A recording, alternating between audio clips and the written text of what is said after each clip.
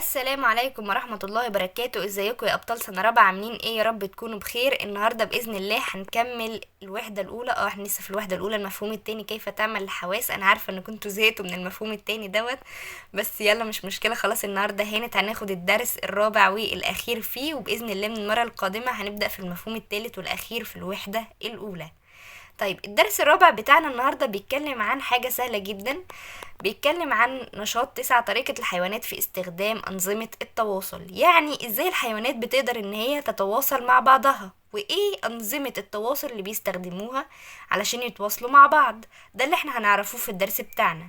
قال إن أنظمة التواصل التكنولوجية بتتيح لنا الآتي. أول حاجة، تغير التواصل بين البشر كثيرا منذ بداية مشاركة المعلومات بالرموز المكتوبة.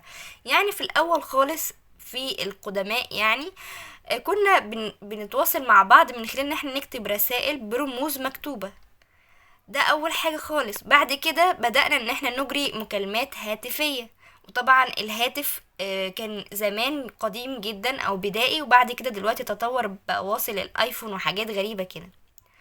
طيب تاني حاجة، ارسال الرسائل النصية، زي مثلا اللي بتتوصل من خلال الرصيد اللي هي الرسائل الموجودة على الموبايل، او من خلال الواتساب اللي هو الشات.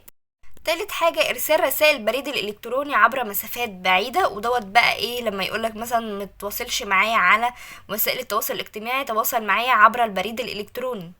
ودوت طبعا اللي هو بالايميل وكده. ده طبعا لو في مسافات بعيدة جدا، لو انت في بلاد برضو ايه اخرى، زيه زي برضو ايه السوشيال ميديا بالظبط. لا تستخدم الحيوانات أنظمة التواصل التكنولوجية التي نستعملها كبشر، لكنها تظل قادرة على استخدام أنظمة تواصل أخرى. يعني أكيد الحيوانات مش هتيجي مثلا تتواصل مع بعضها من خلال الواتساب أو من خلال التليجرام أو الانستا وهكذا، لا، هتتواصل مع بعض من خلال حاجات تانية أخرى مش زي البشر. من أمثلة ذلك التواصل بين النمل. احنا عارفين او يعني البعض تقريبا عارف انه النمل والنحل بالذات بيتواصلوا مع بعض بإشارات غريبة جدا. زي ما احنا شايفين كده ازاي بيشتغلوا او بيبقوا ماشيين ورا بعض بالطريقة اللي هي المنظمة ديت، وبيحدث تعاون ما بينهم. طبعا ده كله من خلال التواصل اللي بيحصل ما بينهم وما بين بعض. طب ازاي بقى التواصل دوت بيحصل؟ اول حاجة انه يعيش النمل في مستعمرات تتكون من الاف الافراد. يعني النمل مش بيبقى 2 3 بس، لا ده بيبقى مستعمرة. يعني ايه مستعمرة؟ يعني فيها افراد كتير جدا، يعني نمل كتير جدا. طيب ديت أول حاجة. تاني حاجة، يتبع النمل داخل المستعمرة الواحدة أنظمة تساعد على تقسيم العمل فيما بينهم. يعني كل نملة بتبقى عارفة الدور بتاعها ايه. كل نملة مثلا بتبقى اخدة وظيفة معينة علشان يقدروا ان هم ينفذوا العمل بتاعهم على اكمل وجه. يعني بيحدث هنا تنظيم وتعاون ما بينهم، وده طبعا برضو من خلال التواصل. يعني النملة ديت مثلا بتعمل وظيفة معينة وبتتبع النملة اللي هي ايه اللي قدامها برضو اللي بتعمل وظيفة معينة. يبقى هنا هما بيتبعوا بعض وبيقسموا العمل فيما بينهم.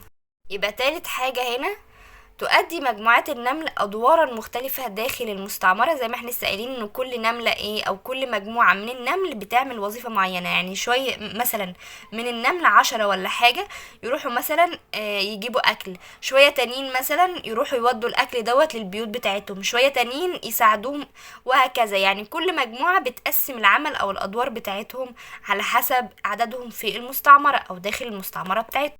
هتقولي يعني هنا أنظمة التواصل ما بين النمل أو مجموعات النمل هي حاسة الشم؟ طب ازاي؟ عايزة تفهميني مثلا ان النمل بيبقى ماشي ورا بعض أو في مجموعات منظمة علشان هم بيتواصلوا مع بعض عن طريق حاسة الشم؟ هقولك ما هي كل نملة بتفرز مادة كيميائية. المادة الكيميائية ديت بتبقى ليها رائحة قوية جدا، بتخلي النمل الآخر يشمها ويروح ماشي وراها أو يتبعها. يبقى هنا من خلال الرائحة القوية اللي بيشموها أي حاسة الشم اهي، بيقدروا ان هم يتبعوا بعض ويمشوا في مجموعات منظمة ويعملوا تعاون ما بينهم، ويقدروا ان هم ينفذوا المهمة بتاعتهم اللي هي تجميع الطعام. يتم تقسيم مجموعات النمل إلى 3 مجموعات. يبقى أنا عندي هنا مجموعة النمل بتتقسم ل3 مجموعات. ايه هما؟ المجموعة الأولى عندي عاملات النمل. يعني ايه عاملات النمل؟ الملكات عندنا. طيب الملكات ديت هي اللي بتؤمر النمل الآخر بإنه إيه يشتغل. يبقى عاملات النمل عند نقص الطعام تطلق عاملات النمل رائحة قوية، اللي هي المادة الكيميائية اللي بتفرزها ليها رائحة قوية، كرسائل تنبيه للنمل الكشاف المسؤول عن تحديد موقع الطعام.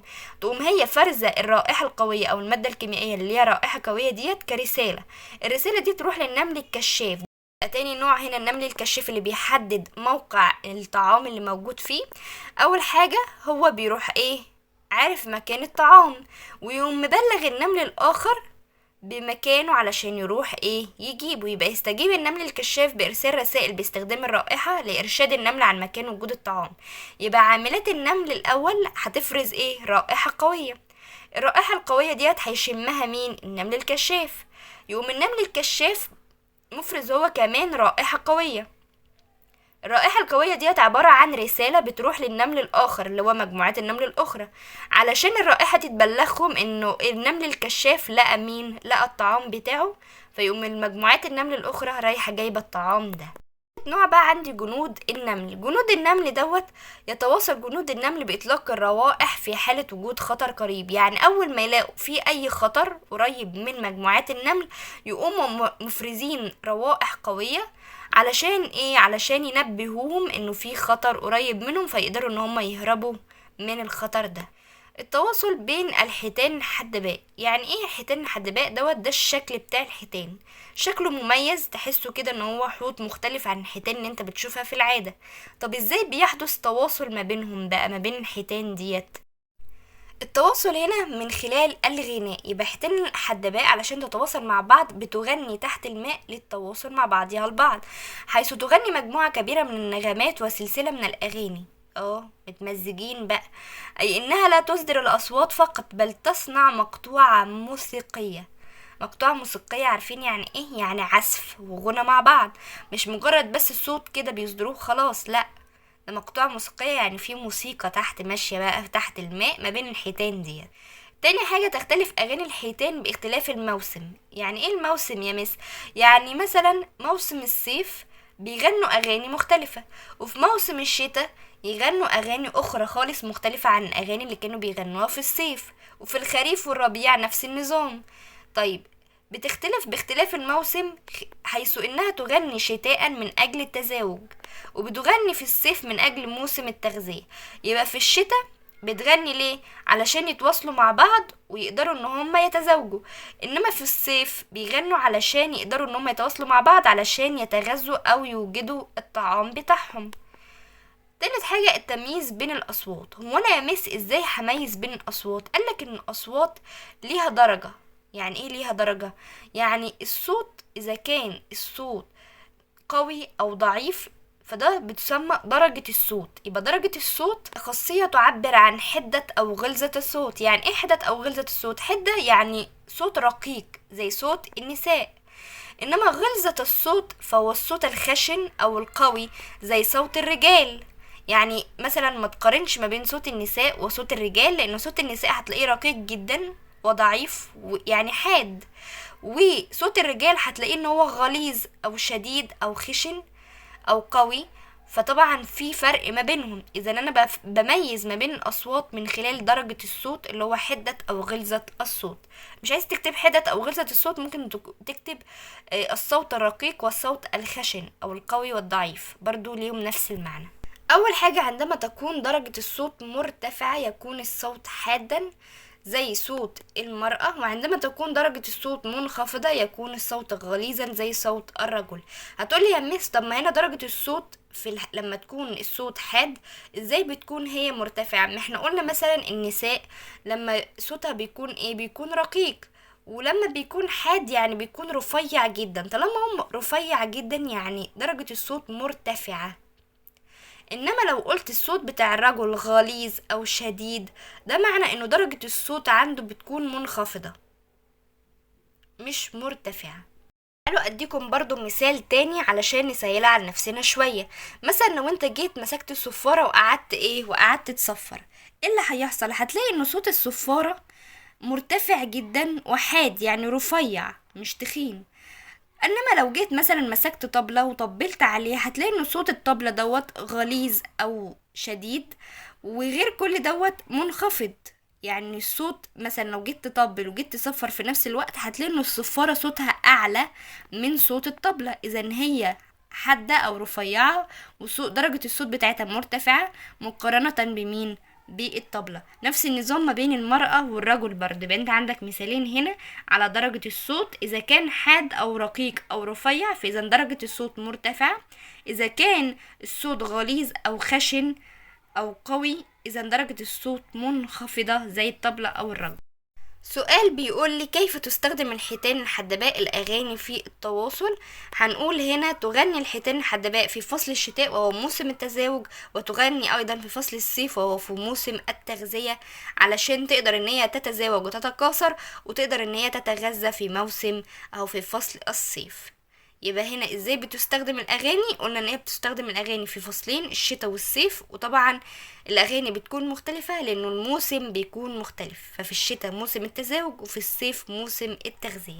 كده النقطة الأولى. النقطة التانية بقى في الإجابة إنه تختلف أغاني الحيتان الحدباء باختلاف الموسم، فقد تكون أصوات مرتفعة الدرجة يعني حادة، أو منخفضة الدرجة يعني غليظة. يعني ممكن مثلا أصوات تكون في الشتاء الأغاني اللي هما بيغنوها تكون الأصوات فيها مرتفعة الدرجة أو حادة، بينما تكون مثلا في الصيف الأغاني بتاعتهم الأصوات فيها تكون منخفضة الدرجة يعني غليظة. نشاط 10 تطبيق عملي على تكنولوجيا مستوحاة من الطبيعة اللي هي الخفافيش. يبقى احنا هنا هنعمل حاجات تكنولوجية، حاجات مصنعة احنا هنصنعوها، بس احنا اخدين الفكرة بتاعتها من الطبيعة من الخفافيش بالذات، او المثال بتاعنا هنا الخفافيش. تعالوا نفهم بقى ايه التكنولوجيا اللي احنا صنعناها دي. الحاجة اللي احنا صنعناها واخدنا الفكرة بتاعتها من الخفافيش قال لي العكاز احنا استوحينا الفكرة بتاعته من الخفاش. ده شكل العكاز دوت بيتسند عليه لا قدر الله لما بيكون الانسان رجله مقطوعة او بيعرج، او في حالة تانية لما يكون اعمى مش بيشوف. طيب يا مس احنا دلوقتي استوحينا الفكرة من الخفاش في انه حالة لما يكون الانسان اعمى ولا في مشكلة في رجله؟ لا، لما يكون اعمى. ليه؟ لانه الخفاش زي ما احنا عارفين ان هو بيعتمد على السمع بتاعه وصدى الصوت، وده اللي احنا هناخدوه دلوقتي كمان شوية وهنفهم الموضوع دوت بطريقة افضل. استوحى العلماء من طريقة تكيف الخفافيش طرقا تساعد المكفوفين في تحديد البيئة المحيطة. يبقى أنا هنا عملت العكاز أو استوحيت الفكرة ديت من الخفاش لمين؟ للمكفوفين اللي هم العمي، علشان يحددوا البيئة المحيطة حولهم. هم أصلا مش بيبقوا شايفين البيئة حواليهم، فبيستخدموا العكاز علشان يقدروا ان هم يتنبأوا بالبيئة أو يحددوا البيئة المحيطة بيهم. ابتكر العلماء عكازا يصدر صوتا له درجة عالية مثلما تفعل الخفافيش، وهي درجة أعلى بكثير من قدرة الإنسان على سماعها. يعني بالظبط كده زي ما الخفيش بتصدر صدى صوت علشان تسمع بعض، برضو العكاز بيصدر صوت عالي علشان يقدر الإنسان ان هو يسمعه. فأنا مثلا هنا لو عندي البنت ديت مثلا مكفوفة وماسكه عكاز في ايديها اهوت، وكان في طوبة قدامها، فهي اول ما خبطت العكاز بتاعها في الطوبة لقت ايه؟ لقت صدى صوت. او يبقى انا استخدم هذا العمل اهتزازات لنقل المعلومات للشخص الذي يستخدمه عما يحيط به.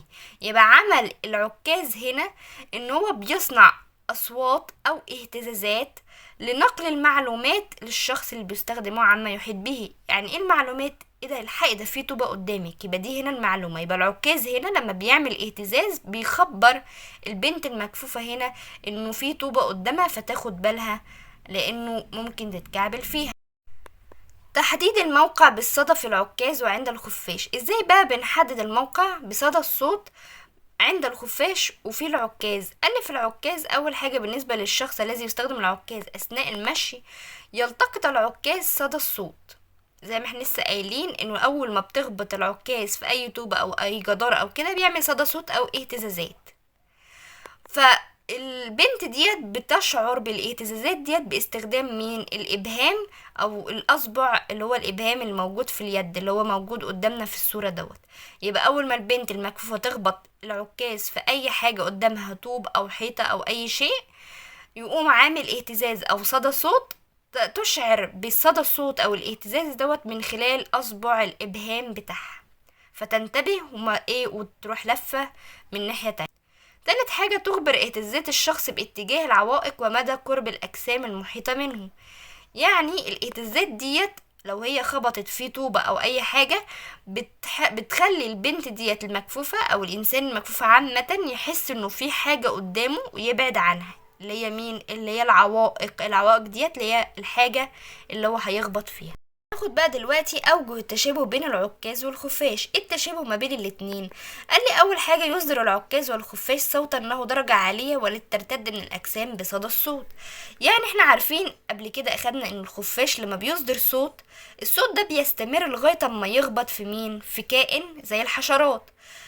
اول ما يخبط فيها الصوت ده بيرجع تاني للخفاش عن طريق صدى الصوت، يعني عن طريق تكرار الصوت مرة اخرى، فيقوم الخفاش سامع صدى الصوت دوت ويقوم متجه ناحية الحشرة دي واكلها.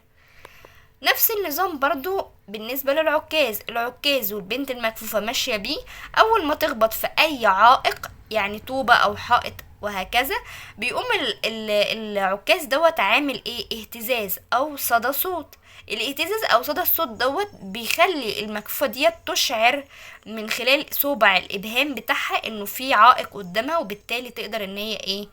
تنتقل او اه تروح من مكان اخر مفهوش اي عوائق. تاني حاجة، يستخدم كل من العكاز والخفاش الصدى اللي هو صدى الصوت في تحديد مدى بعد الأجسام عنهما.